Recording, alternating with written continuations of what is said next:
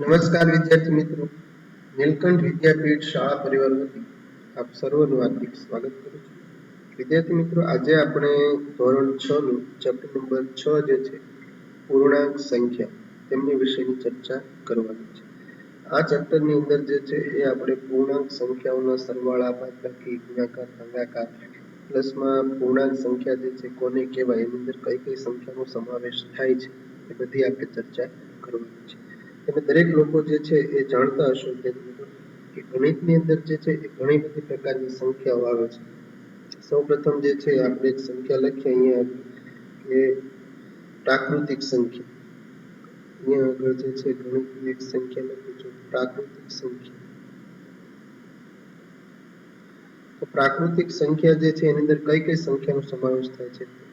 1, 2, 3, 4, 5 એ જ રીતના અનંત સુધી જે છે એ પ્રાકૃતિક સંખ્યાનો સમાવેશ થાય છે. હવે એની પછી જે છે એ પછી આવે છે પૂર્ણ સંખ્યા. તો પૂર્ણ સંખ્યાની અંદર કઈ કઈ સંખ્યાનો સમાવેશ થાય છે? તો એમાં તમે જુઓ તો 0 આવે છે. 0, 1, 2, 3, 4 એ જ રીતના જે છે અનંત સુધી બની શકે. ત્યારબાદ વિદ્યાર્થી મિત્રો આવે છે પૂર્ણાંક સંખ્યા, જે આપણા ચેપ્ટરની અંદર ભણવાની છે. પૂર્ણાંક સંખ્યા. તો પૂર્ણાંક સંખ્યાની અંદર કઈ કઈ સંખ્યાઓ આવે છે? તો કે વિદ્યાર્થી મિત્રો 0, બધી જ ધન સંખ્યા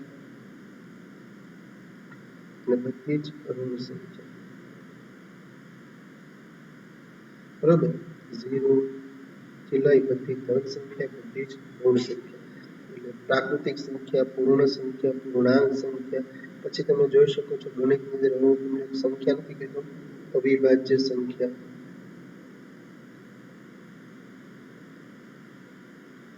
પછી આવે છે વિભાજ્ય સંખ્યા.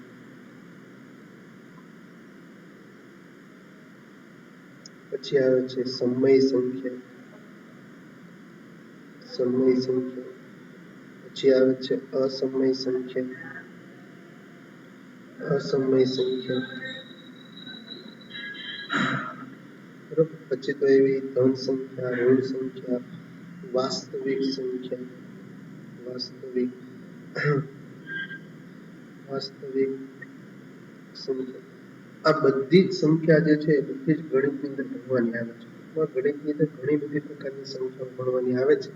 એમાંથી આપણે આ ચેપ્ટરની અંદર જે છે એ આપણે પૂર્ણાંક સંખ્યાઓ જે છે એમની વિશેની ચર્ચા કરવાની છે. હવે તમે દરેક લોકો જે છે એ થોડીક નિશાનીઓથી પરિચિત હોવા જોઈએ છે. દાખલા તરીકે આપણે ગણિતની અંદર આ નિશાની આવે છે એને આપણે શું કહીએ છીએ? તો બરાબર કહીએ છીએ. શું કહીએ છીએ? બરાબર. આગળ જશો એટલે તમને ખ્યાલ આવશે કે આને ગણિતની અંદર જે છે એ સમતા કહેવામાં આવે છે. શું કહેવામાં આવે છે? સમતા. પછી ગણિતની અંદર જે છે એ બે પ્રકારની હજી નિશાની આવે છે, એક આવી અને એક આવી. હવે આ બે પ્રકારની નિશાની જે છે શું સૂચવે છે અને એને કેમ બોલાય છે? અહીંયા આગળ જે છે એ તમે જુઓ તો આ નિશાનીનો આકાર જે છે એ કોના જેવો છે? તો કે ગ જેવો છે. અને આ નિશાનીનો આકાર જે છે કોના જેવો છે? તો કે લ જેવો છે. આને જે છે એ તમે બોલવામાં આવે છે લેસ ધેન, અને આને જે છે એ તમારે બોલવામાં આવે છે ગ્રેટર. બરોબર, આને જે છે એ ગ જેવો આકાર છે એટલે ગ્રેટર ધેન, અને આને લ જેવો આકાર છે જે એને શું કહેવામાં આવે છે? લેસ. આમાં તમારે એટલું જ યાદ રાખવાનું છે કે તમારે જે બાજુ પાકડું ખુલતું એ સંખ્યા હંમેશા જે છે કેવી હશે? તો કે નાની હશે. બરોબર, સોરી, જે બાજુ પાકડું ખુલતું હશે એ સંખ્યા હંમેશા કેવી હશે? મોટી હશે. ઉદાહરણ તરીકે અહીંયા આગળ લખું છું 2 અને અહીંયા આગળ લખું છું તમને 5. તો 2 અને 5 એમાં કઈ સંખ્યા મોટી છે? તમે તરત કહેશો કે 5 મોટી છે. તો અહીંયા આગળ જે છે વચ્ચે કઈ નિશાની આવશે? તો કે લેસ ધેન આવશે. બીજી વસ્તુ એ વિદ્યાર્થી કે આપણે આ ચેપ્ટરની અંદર સંખ્યા રેખા પણ જોવાની છે. તો સંખ્યા રેખામાં જે છે એ તમે દરેક લોકોને ખ્યાલ હશે. સંખ્યા રેખામાં તમે બે વસ્તુ જે છે એ ફિક્સ હશે. એક વચ્ચે જે છે એ તમે જુઓ તો 0 હશે. જેમ તમે વિદ્યાર્થી મિત્રો આ રીતના જમણી બાજુ તમે જતા જશો બધી જ સંખ્યા જે છે એ કેવી આવતી જશે? ધન આવતી જશે. અને જેમ તમે આમ ડાબી બાજુ જતા જશો એમ બધી જ સંખ્યા જે છે એ તમારી કેવી આવતી જશે? તો કે ઋણ આવતી જશે. જો આમ તમે જમણી બાજુ જશો એટલે પહેલો પોઈન્ટ તમે યાદ રાખજો, બધી જ કેવી સંખ્યા આવે છે? તો કે ધન સંખ્યા આવે છે. બીજો પોઈન્ટ એ યાદ રાખજો કે બધી જ કેવી સંખ્યા આવતી જશે એટલે મોટી સંખ્યા આવતી જશે. અને આમ તમે જો વિદ્યાર્થી મિત્રો જોશો એટલે કે ડાબી બાજુ તમે જોશો તો એમ બધી જ સંખ્યા જે છે એ તમારી કેવી સંખ્યા આવતી જશે ઋણ સંખ્યા આવતી જશે. આમ તમે જે છે એ જોશો બધી જ કેવી સંખ્યા આવતી જશે નાની સંખ્યા આવતી જશે. જો અહીંયા આગળ જે છે એ 1 થી 2 મોટા, 2 થી 3 મોટા, 3 થી 4 મોટા, 4 થી 5 મોટા, એમ તમે જેમ આગળ વધતા જશો સતત એમ બધી જ સંખ્યા જે છે એમાં કેવી આવતી જશે તો બધી જ મોટી આવતી જશે જમણી બાજુ. અને આમ તમે જુઓ તો ડાબી બાજુ તમે જેમ આગળ વધતા જશો બધી જ સંખ્યા ઋણ આવતી જશે અને બધી જ સંખ્યા કેવી આવતી જશે નાની નાની આવતી જશે. એમાં સૌથી મોટી સંખ્યા કઈ થઈ ગઈ કે માઇનસ, એનથી નાની કે -2, એનથી નાની તો કે -3, એનથી નાની તો કે -4. હવે તમને પરીક્ષામાં પ્રશ્ન પૂછે કે -12 મોટા કે -19 મોટા. આપણે જનરલી શું જોતા હોય તો સંખ્યા જોતા હોય 19 મોટા છે પણ નહીં, બંને માઇનસ છે તો એમાં તમારે જોવાનું કે જમણી બાજુ ડાબી બાજુ આપણે જેમ સંખ્યા રેખામાં જઈએ છીએ બધી સંખ્યા આગળ જતા નાની થતી જાય છે. અહીંયા આગળ જે છે એ પહેલા સંખ્યા -12 આવે છે એટલે એ મોટી છે, એનાથી આગળ જશું એટલે આપણને -19 આવશે. એ સંખ્યા આપણી માટે કેવી છે નાની છે. બરોબર. અહીંયા આગળ તમે જુઓ તો આ રીતના તમને સંખ્યા રેખા વિશેનું થોડુંક નોલેજ હોવું જરૂરી છે. હવે અહીંયા આગળ જે છે તમે જોઈ શકો છો તમારી સંખ્યા શૂન્યથી નીચે જતા તમને ઋણ સંખ્યાઓ જે છે મળે છે. સંખ્યા રેખાની ઉપર તમને જીરોની ડાબી બાજુ એ બધી ઋણ સંખ્યા મળે છે. ઋણ પૂર્ણ સંખ્યાઓ શૂન્ય અને ધન સંખ્યાઓ મળીને પૂર્ણાંકો આપણને અહીંયા બને છે. જો આ શૂન્ય બધી ધન સંખ્યા અને બધી ઋણ સંખ્યા ભેગી થઈને આપણને કેવી સંખ્યા મળે છે તો કે પૂર્ણાંક સંખ્યા મળે છે. તો આ રીતના જે છે તમારે આટલી વસ્તુ જે છે તમારે યાદ રાખવાની છે. થોડા ઘણા જે છે તમને ખ્યાલ હોવા જોઈએ એટલી વસ્તુ બેઝિક છે.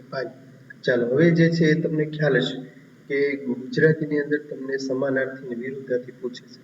અહીંયા આગળ જે છે તમને પૂછે કે ભાઈ -2 એનું વિરોધી શું થશે તો કે +2. -2 જે છે -2 એનું વિરોધી તમારે શું થશે તો કે +2. માઇનસ છે તો એનું શું થઈ જશે તો કે પ્લસ થઈ જશે. તો આ રીતના જે છે તમને વિરોધી ખબર હોવી જોઈએ. તો આટલી વસ્તુ જે છે તમને ખ્યાલ હશે તો આગળ જતા તમને કઈ વાંધો આવશે નહીં. ચાલો હવે આપણે જે છે એ સ્વાધ્યાય તરફ જઈએ. સ્વાધ્યાયની અંદર જે છે તમને પહેલો જ પ્રશ્ન આપેલો છે કે નીચે આપેલા પદોના વિરોધી પદો લખો.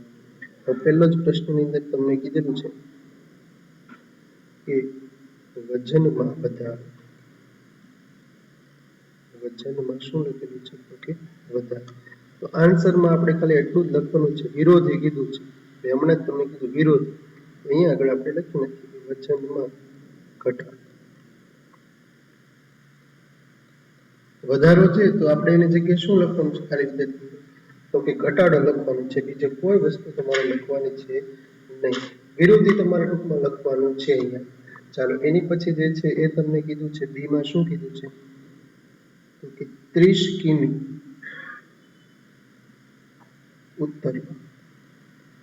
ચાલો 30 નું છે એ પાછું માઇનસ નથી કરવાનું કે -30 કિમી પાછું ઉત્તરમાં એમ નથી કરવાનું. તમને એક શબ્દ આપેલો છે એનું તમારે લખવાનું છે. અહીંયા આગળ આપણને શબ્દ આપેલો છે ઉત્તર. તમને દિશા વિશેનું નોલેજ હશે. આ જે છે એ ઉત્તર, દક્ષિણ, પૂર્વ અને પશ્ચિમ. સુરત દાદા રોજ અહીંયાથી ઉગે છે અને અહીંયા આગળ આથમી છે ઉત્તર દક્ષિણ. અહીંયા આગળ વિરુદ્ધમાં કીધું છે તો અહીંયા આગળ લખી નાખવું છે 30 કિમી કે તમારે જે છે ઉત્તર દિશામાં આમ જવાનું છે. તો આપણે લખી નાખીએ 30 કિમી મારે કઈ બાજુ જવાનું છે દક્ષિણ બાજુ જવાનું છે. 30 કિમી દક્ષિણ.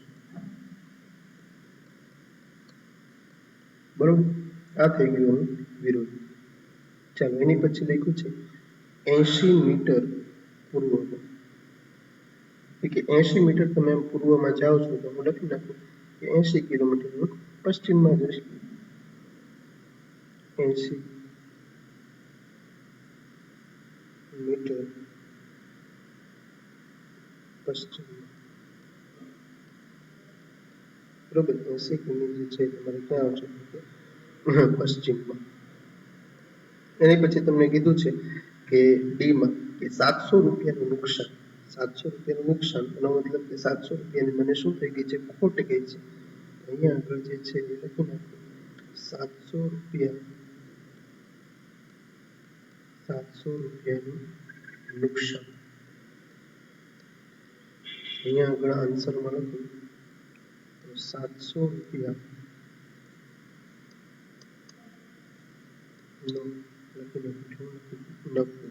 નુકસાન કહેતા આપણે ગણિતની ભાષામાં એને ખોટ કહીએ છીએ, બરોબર. તો અહીંયા આગળ આપણે લખી નાખ્યું છે નફો અથવા 700 રૂપિયાનું નુકસાન કીધું છે તો 700 રૂપિયાનો મને શું થશે તો કે નફો થયો છે. ચાલો એની પછી તમને ઈમાં શું કીધું છે, ઈમાં કે દરિયાની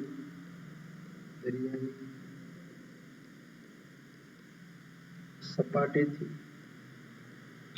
100 મીટર ઉપર આ કોઈ જે છે વિદ્યાર્થી મિત્રો દરિયો છે એની સપાટીથી કે તમે 100 મીટર જે છે એ ઉપર જાવ તો મારે એનું વિરોધી કેવું હોય તો આમ લખી શકું કે 100 મીટર જે છે હું ક્યાં વહી જાઉં છું તો કે નીચે. તો આન્સરમાં આપણે લખીએ કે દરિયાની સપાટીથી વિરુદ્ધ 100 મીટર નીચે. તો જો અહીંયા આગળ જે છે આ પ્રશ્નમાં ખાલી તમારે વિરોધી લખવાના હતા, બીજું કોઈ જાતનું આની અંદર ગણિત તમારે ક્યાંય કામમાં આવતું નથી. ખાલી જે તમને કીધું છે એનાથી તમારે ઓપોઝિટ વિરુદ્ધમાં તમારે કહેવાનું છે, બીજું કોઈ વસ્તુ તમારે કરવાની છે નહીં. આ હતો તમારો 6.1 નો પહેલો પ્રશ્ન. ચાલો એની પછી આપણે જોઈએ બીજો પ્રશ્ન. નીચેની સંખ્યાઓને યોગ્ય સંકેતો સાથે પૂર્ણાંકો તરીકે દર્શાવો. પૂર્ણાંકો એટલે આપણને દરેક લોકોને ખ્યાલ છે કે અંદર કઈ કઈ સંખ્યાનો સમાવેશ થાય છે.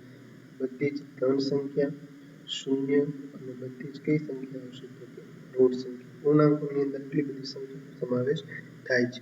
હવે તમને એમ કીધું છે પહેલા પ્રશ્નની અંદર એમ તમને કીધું છે એનો આન્સર જ આપણે હવે ડાયરેક્ટ લખશું કે એક વિમાન જમીન ઉપરથી 2000 મીટરની ઊંચાઈ પર ઉડી રહ્યું છે. હવે તમે જો વિદ્યાર્થી મિત્રો આ જે છે એ આપણી જમીન છે. હવે હું એમ કીધું છે કે એક વિમાન જે છે એ જમીનથી, અહીંયા આગળ જે છે આપણે લખીએ કે આ જે છે મારું વિમાન છે એ જમીનથી જે છે એ 2000 મીટરની ઊંચાઈ ઉપર જે છે એ ઉડી રહ્યું છે. તો જમીનની ઉપર હોય ને વિદ્યાર્થી મિત્રો તો ત્યારે હંમેશા તમારે શું કરવાનું છે તો કે પ્લસ કરવાનું છે, અને જો જમીનની નીચે હોય તો તમારે શું આવશે તો કે માઇનસ આવશે.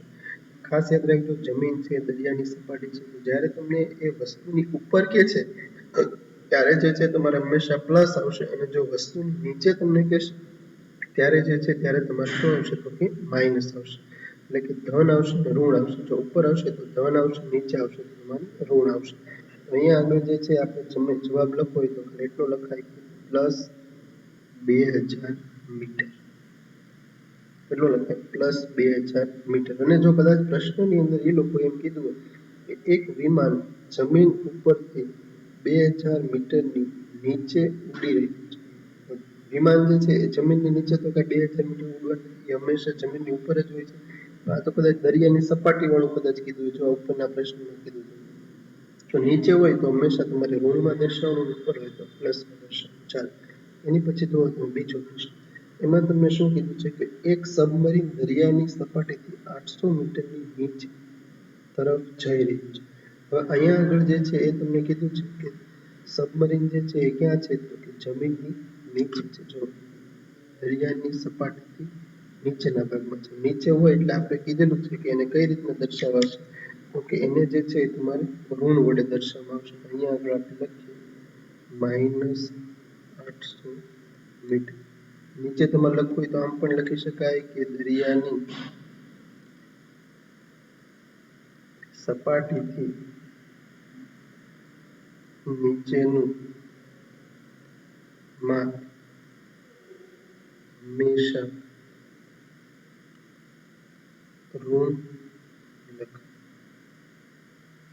બરોબર, આ રીતના પણ તમે લખી શકો છો. ચાલો એની પછી જે છે સીમાં તમને કીધું છે કે ખાતામાં 2000 જમા. તમે એક વસ્તુ વિચારો કે તમારા બેંકના ખાતાની અંદર જે છે કદાચ 500 રૂપિયા પડ્યા હોય અને તમે જઈ અને ખાતામાં જે છે 200 રૂપિયા જમા કરો છો તો શું થશે તો કે 500 ઓલરેડી મારા ખાતાની અંદર પડ્યા હતા, હું ત્યાં ગયો અને મેં 200 રૂપિયા જે છે શું કર્યા તો કે જમા કર્યા, એટલે પ્લસ હવે મારા ખાતાની અંદર કેટલા રૂપિયા પડ્યા કે 700 રૂપિયા.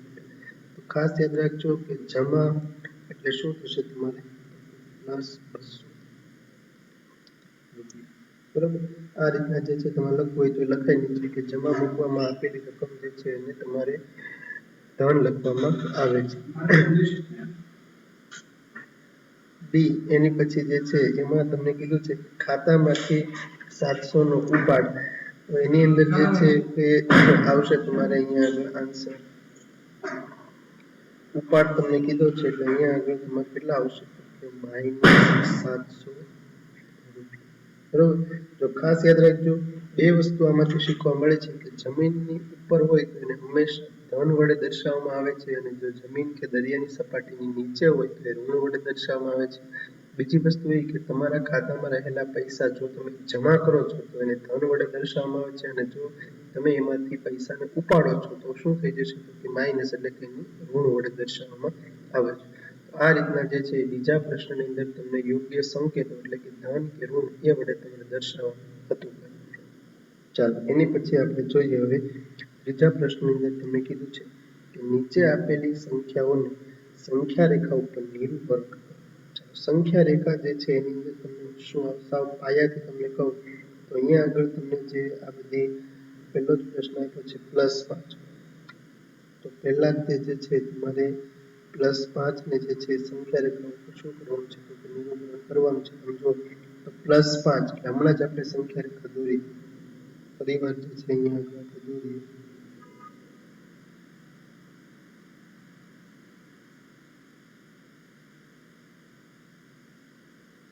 ચાલો અહીંયા આગળ જે છે એવું લખી નાખું છું. સંખ્યા રેખામાં હંમેશા વચ્ચે આવશે તમારે વિદ્યાર્થી મિત્રો 0. તમે જેમ જમણી બાજુ જશો એમ અહીંયા આગળ આવશે 1 2 3 4 5 -1 -2 -3 -4 અને -5. તમે જુઓ તો સંખ્યા રેખાની તમે જમણી બાજુ જશો એમ બધી ધન સંખ્યા આવશે એટલે પ્લસ વાળી સંખ્યા આવશે અને સંખ્યા રેખાની તમે જેમ ડાબી બાજુ જશો એમ બધી જ કેવી સંખ્યા આવશે ઋણ સંખ્યા આવશે. અહીંયા આગળ આપણે સંખ્યા રેખા ઉપર જે છે +5 દર્શાવવાનું કીધું છે તો +5 એટલે તમે જોઈ શકો છો જમણી બાજુ અહીંયા આગળ આવે છે. તો અહીંયા આગળ એક નામ આપી દઉં છું બિંદુ A. આકૃતિમાં પ્રમાણે લખવું તો લખાય કે આકૃતિમાં બિંદુ A એ +5 ને સંગત બિંદુ છે. +5 ને સંગત બિંદુ કયું છે તો કે A બિંદુ છે. બસ આ રીતના જે છે તમારે બાકીના 4 પ્રશ્નો વિદ્યાર્થીઓ તમારે દર્શાવવાના છે સંખ્યા રેખા. બરોબર. ચાલો એની પછી આપણને B ની અંદર કીધું છે -10. તો જે સંખ્યા તમને કીધી હોય એ પ્રમાણે તમારે એને અનુસંધાને સંખ્યા રેખા દોરવાની રહેશે. ચાલો હવે મારે સંખ્યા રેખા ઉપર -10 દર્શાવવાના છે તો એ પ્રમાણે જે છે સંખ્યા રેખા પ્રમાણે થોડી મોટી દોરીશ.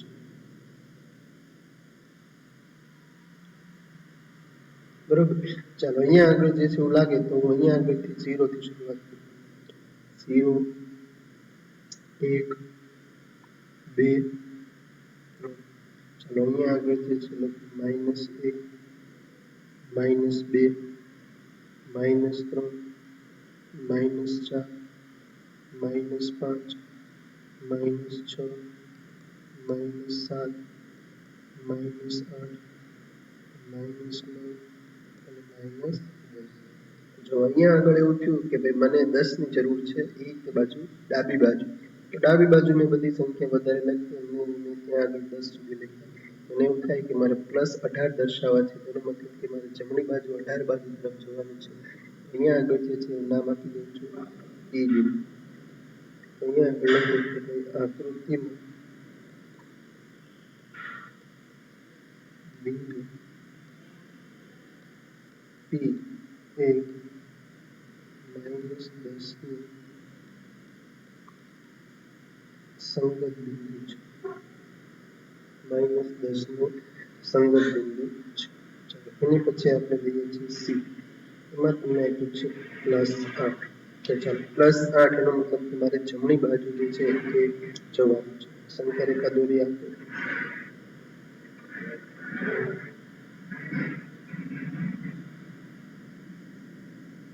ચલો અહીંયા જે છે આપણે 0 1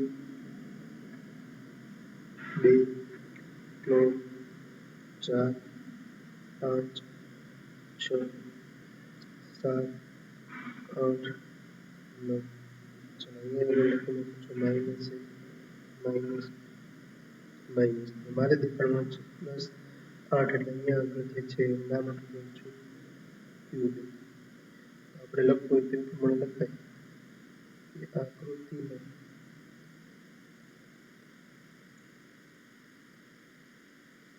બિંદુ Q એ +8 નું સંગત બિંદુ છે. બરોબર, આ હતા તમારે પહેલા 3 પ્રશ્નો. એનાથી આગળ જોઈએ -1 ચાલો સંખ્યા રેખા દોરો.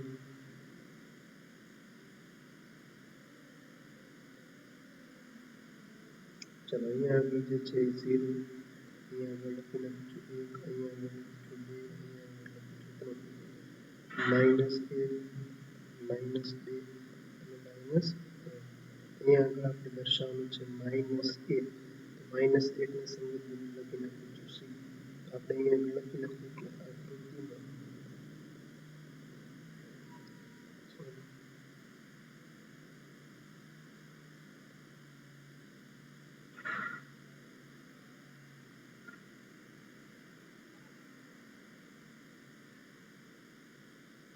આકૃતિમાં તમારે જે છે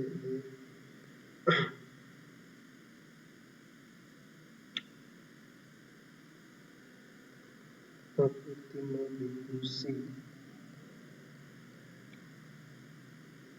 એ -1 ને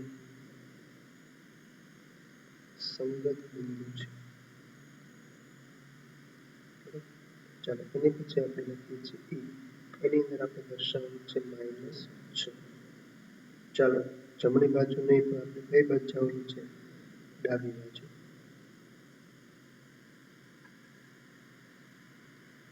અહીંયા આગળ લખી નાખીએ છીએ 0 1 2 3 4. અહીંયા આગળ આવશે -1 -2 -3 -4 -5 અને -6. અહીંયા આગળ જે છે એને સંગત બિંદુ લખી નાખીશું Z. આપણે લખીએ આકૃતિ બિંદુ Z એ -6 નું સંગત બિંદુ છે. -6 નું સંગત બિંદુ. આ હતું તમારું ખાલી ત્રીજા પ્રશ્નની અંદર તમારે આકૃતિ સંખ્યા રેખા દોરવાની હતી અને તેની ઉપર તમને જે તે સંખ્યા આપી છે એને ખાલી તમારે નિરૂપણ કરવાનું હતું. ચાલો એની પછી આપણે જોઈએ ચોથો પ્રશ્ન. ચોથા પ્રશ્નની અંદર તમને એક આકૃતિ ઓલરેડી રકમની અંદર આપી દીધેલી છે. ધારો કે આકૃતિ એક ઊભી સંખ્યા રેખા છે. તમે જો અહીંયા સાઈડમાં દર્શાવેલી છે જે પૂર્ણાંકો દર્શાવે છે તેનું નિરીક્ષણ કરો અને નીચેના મુદ્દાઓ શોધો. બરોબર, હવે આપણે જે છે અહીંયા આગળ જે આકૃતિ આપી છે એને થોડીક આપણે આ રીતના મોટી દોરી.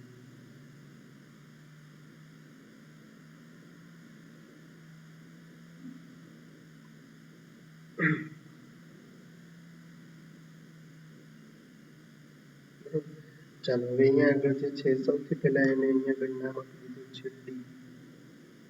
પછી તમે જુઓ તો 1 2 3 ખાના ખાલી રેખા છે. 1 2 3 ખાના ખાલી રેખા છે. પછી નામ આપ્યું છે તમને અહીંયા C. પછી અહીંયા આગળ નામ આપી દીધું છે D. પછી એક ખાનો ખાલી રેખો છે. પછી અહીંયા આગળ આપી દીધું છે A. બરોબર, પછી કે 1 2 3 ખાના ખાલી છે. 1 2 3 ખાના ખાલી છે. પછી ચોથા ખાને જે છે તમને અહીંયા એ પછી એક ખાનું ખાલી પછી અહીંયા આગળ જે છે પાછું 0 લખવાનું છે. અહીંયા આગળ જે છે આપણે લખી નાખીએ +8. ચાલો અહીંયા આગળ જે છે 0 ખાલી, અહીંયા આગળ જે છે તમે શું આપી દીધું છે h આપી દીધું છે.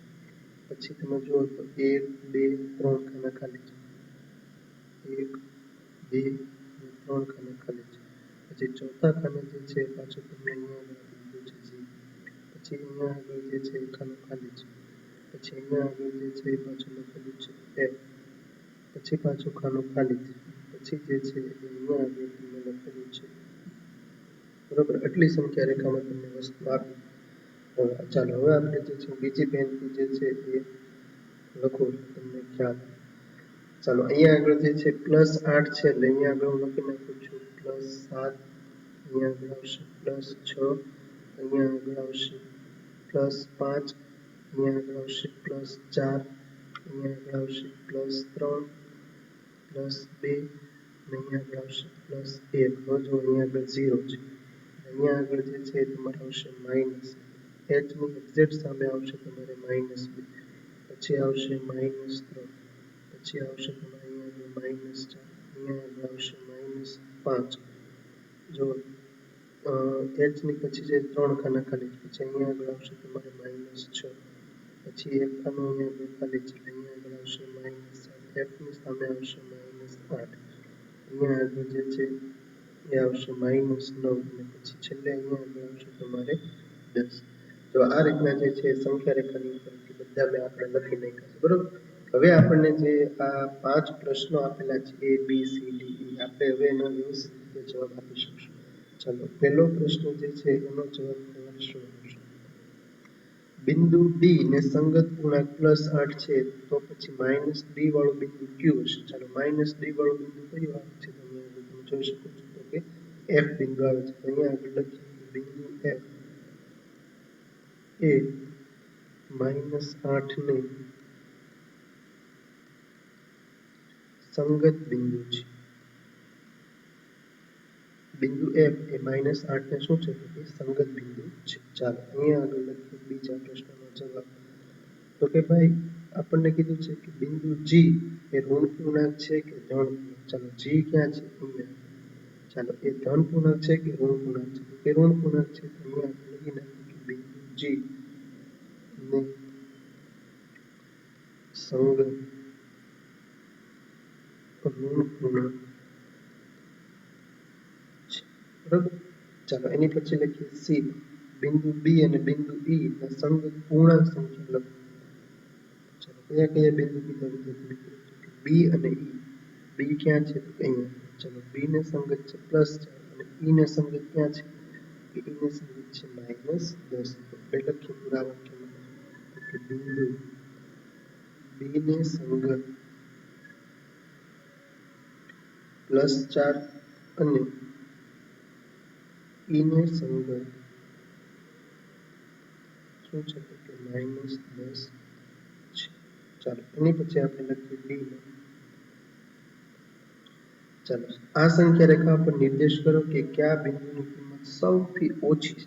તો આપણને દરેક લોકોને ખ્યાલ છે જેમ આપણે સંખ્યા રેખામાં તમે જુઓ જેમ જમણી બાજુ જેમ જઈએ તેમ બધી સંખ્યાનો વધારો થતો જાય છે એટલે વધે છે સંખ્યા. જેમ આપણે ડાબી બાજુ જઈએ છીએ આ અત્યારે આપણે ઊભી સંખ્યા રેખામાં આ આપણી શું છે જમણી બાજુ છે. આમ તમે જેમ જશો એમ બધી જ સંખ્યા જે છે એ કેવી આવતી જશે? મોટી આવતી જશે. આમ તમે જુઓ તો આ આપણી સંખ્યા રેખામાં અત્યારે કઈ બાજુ છે તો કે ડાબી બાજુ છે અને બધી જ સંખ્યા કેવી આવતી જશે? નાની ઓછી આવતી જશે.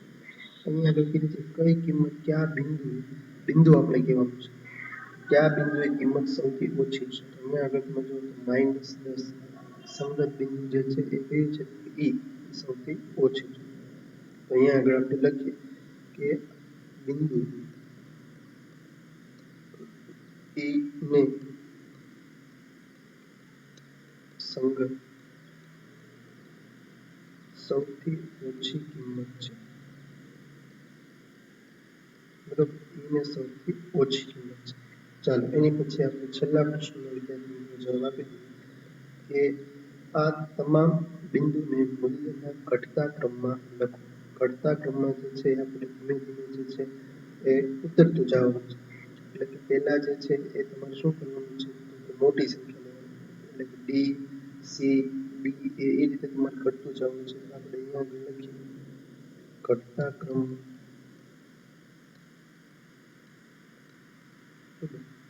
D C D A O H G F E આ રીતના આપણે જે છે એને ઘટતા ક્રમમાં લખીએ. તો વિદ્યાર્થી મિત્રો આજના વિડીયો લેક્ચરમાં આપણે એટલે સુધી રાખીએ. હવે પછી જ્યારે પાછા ભેગા થશું ત્યારે આનાથી આગળ ચર્ચા કરશું. Thanks for watching.